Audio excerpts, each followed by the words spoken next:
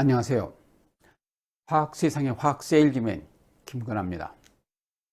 많은 사람들이 갖고 싶어하는 금, 귀하디 귀한 금, 이런 금을 인간이 금속 중에 최초로 발견하였을까요? 오늘은 금을 왜 많은 사람들이 가지고 싶어하는지, 특히 화학적으로 어떤 특성을 가지고 있는지에 대해서 알아보겠습니다. 많은 사람들이 금을 가지고 싶어하는 이유는 크게 세 가지로 설명할 수 있습니다. 그 첫 번째, 금빛이 아름답다는 것이죠. 여러분 아시다시피 반짝반짝 빛나는 노란 황금빛 매우 아름답지 않나요?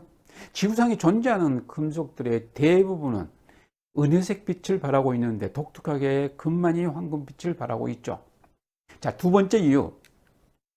금은 무른 금속이기에 어떤 모양으로도 쉽게 성형할 수가 있습니다.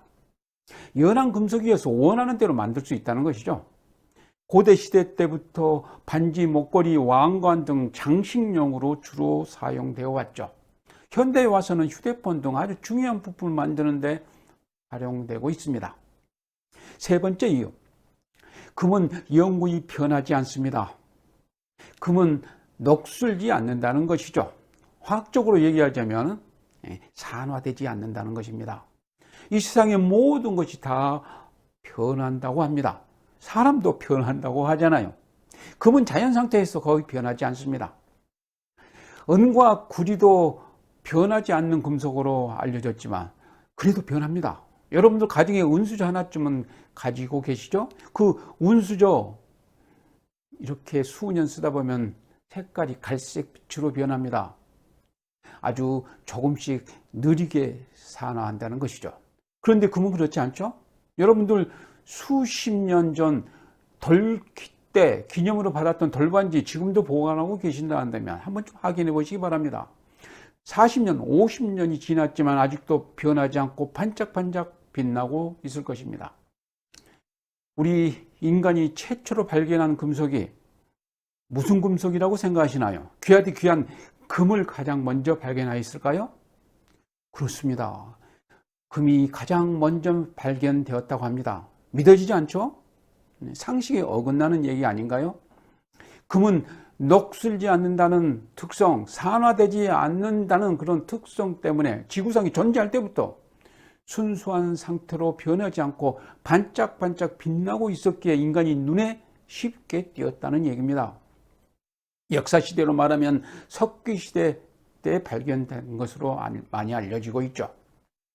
우리가 많이 사용하고 있는 철은 과연 순수한 상태로 존재할까요? 그렇지 않죠.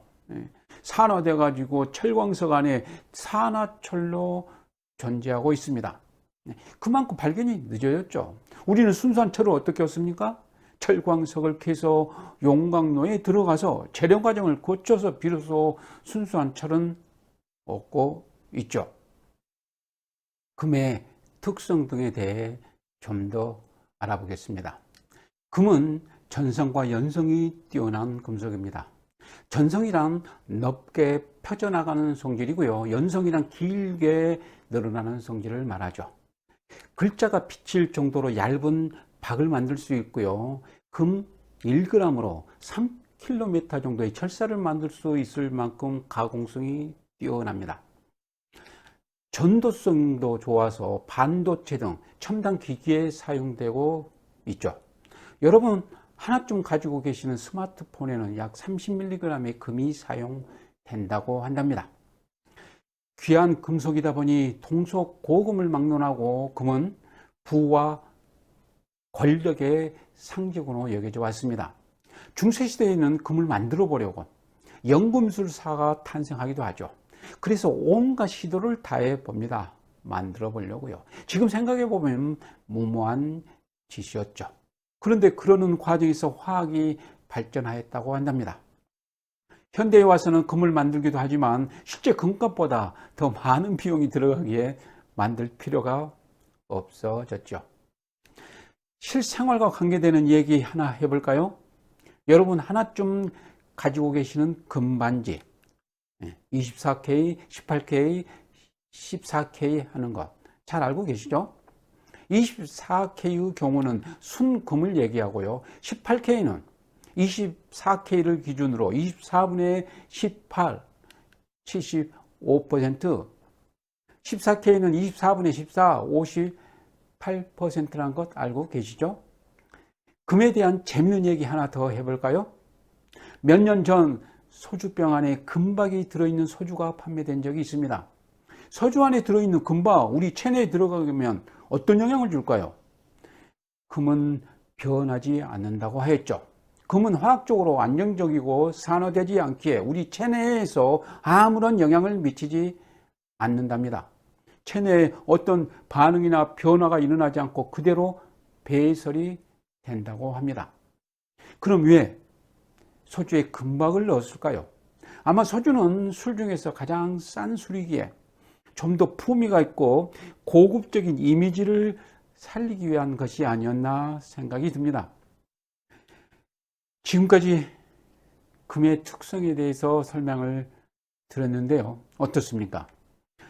단순히 귀한 금속으로만 알고 계셨을 텐데요. 그럴 만한 이유가 있었다는 것 아시겠죠? 다음 시간에는 더욱 알차고 흥미로운 내용으로 찾아오겠습니다. 안녕히 계십시오.